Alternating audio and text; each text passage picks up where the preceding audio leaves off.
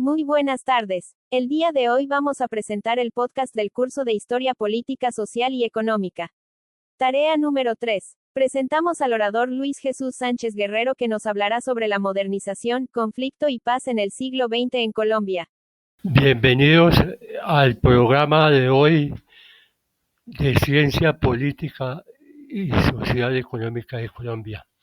Colombia en Marcha, un podcast que recorre los grandes hitos del siglo XX colombiano, desde las reformas hasta los procesos de paz, pasando por el clientelismo, la guerra en la periferia y el impacto de la Constitución de 1991. Hoy analizamos cómo se transformó el país desde lo social, lo político y lo económico. Segmento 1. Modernización y reformas liberales. Fuente: Mora 2010. Alfonso López Pumarejo impulsó la Revolución en Marcha, 1934-1938, con reformas constitucionales, agrarias, educativas y laborales. Se redefinió el papel del Estado como agente activo en la economía y garante de derechos sociales. La reforma constitucional de 1936 introdujo el concepto de función social de la propiedad, base del futuro Estado social de derecho. Se fortaleció la educación pública y la Universidad Nacional, marcando un giro hacia la modernización institucional. Segmento 2. Industrialización y desigualdad regional. Fuente: Misas 2001, España y Sánchez 2010. Colombia adoptó el modelo de sustitución de exportaciones entre 1950 y 1970, pero con baja innovación y concentración empresarial. La industrialización se dio de forma desigual. Antioquia y el eje cafetero lideraron, mientras que otras regiones quedaron rezagadas.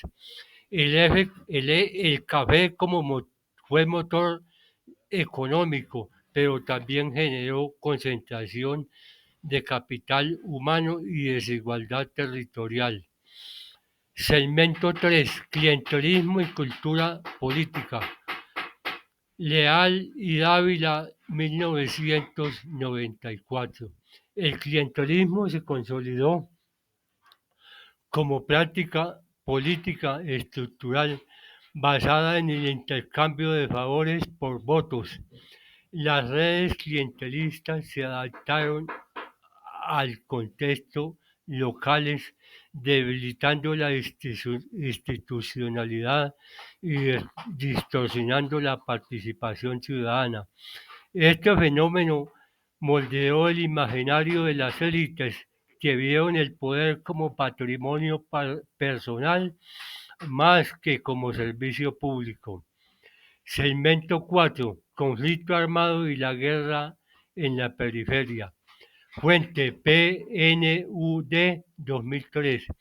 El conflicto armado colombiano se gestó en regiones periféricas, donde el Estado era débil o ausente.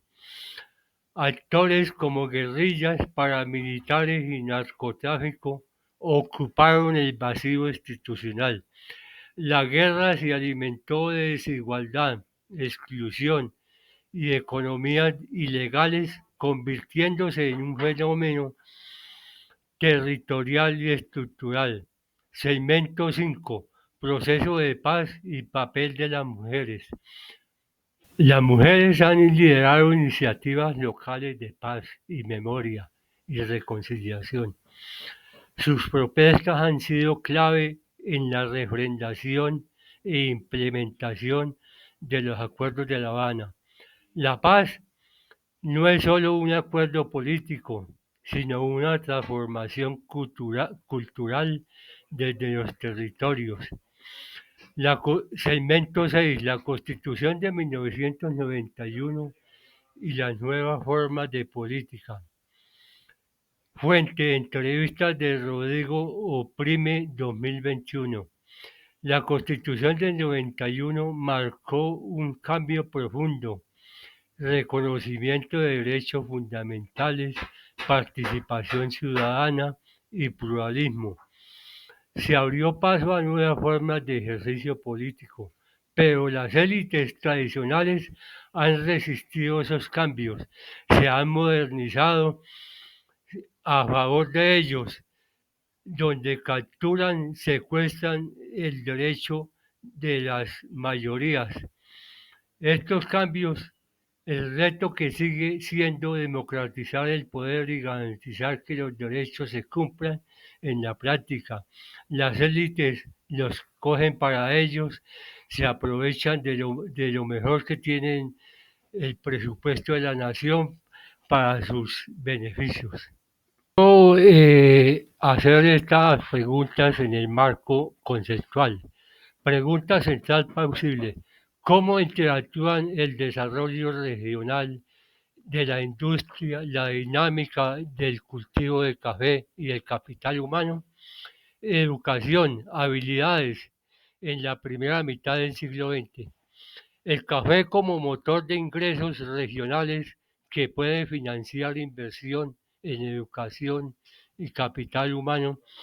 Existen los modelos de crecimiento regional con spillover y efectos de demanda aglutinados, teniendo en cuenta un crecimiento endógeno y los efectos del shock de precio, volumen del café sobre ingresos regionales y gasto público en educación. La industrialización regional puede ser impulsada por flujos de capital, mano de obra, demanda derivada del café. Existen algunas teorías de industrialización basadas en clúster. El capital humano tiene efectos bidireccionales: facilita la industrialización y se ve afectado por la renta y el desarrollo regional. Hay teorías de capital humano, Barro y Terrell. Estas son aplicadas a contextos históricos. Estas estrategias traen consigo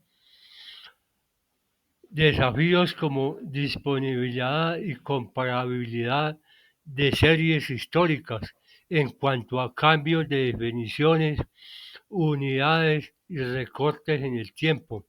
Existen problemas de fuga de variables, de endogeneidad entre el ingreso y educación.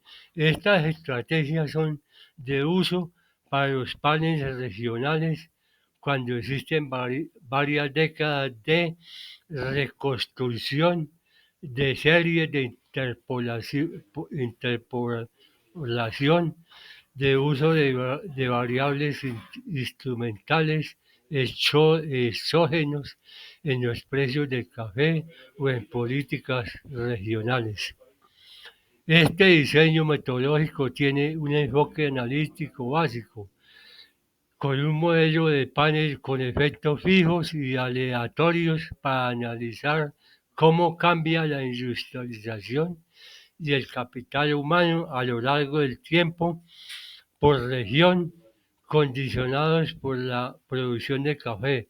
Por su lado, el panel dinámico incluye retardos en las variables dependientes y las regresiones con variables instrumentales pueden abordar endogeneidad como shock de precios internacional del café y políticas públicas. Los instrumentos potenciales de la distancia a puertos, exposición de shock de demanda global de café y precios reales de café ajustados al tipo de granos. Pregunta del foro: ¿cuáles considera usted que han sido los principales aportes que nos ha dejado la Constitución del 91 y cuál es su principal deuda? Su principal aporte ha sido reconocer a Colombia como un Estado social de derecho donde la dignidad humana, la participación ciudadana y la justicia son valores fundamentales. También fortaleció la protección de los derechos humanos creando instituciones como la Corte Constitucional y la Defensoría del Pueblo, que garantizan que esos derechos se respeten. Otro aporte fue el reconocimiento de la diversidad cultural y étnica del país. Por primera vez se reconocieron los derechos de los pueblos indígenas y afrocolombianos, así como la importancia del medio ambiente y la participación de los ciudadanos en las decisiones públicas y políticas. Considero que la principal deuda está en la falta de cumplimiento real de muchos de sus principios, aunque en el papel se promueven la igualdad y la paz y la justicia social, en la práctica todavía existen grandes desigualdades, violencia, corrupción.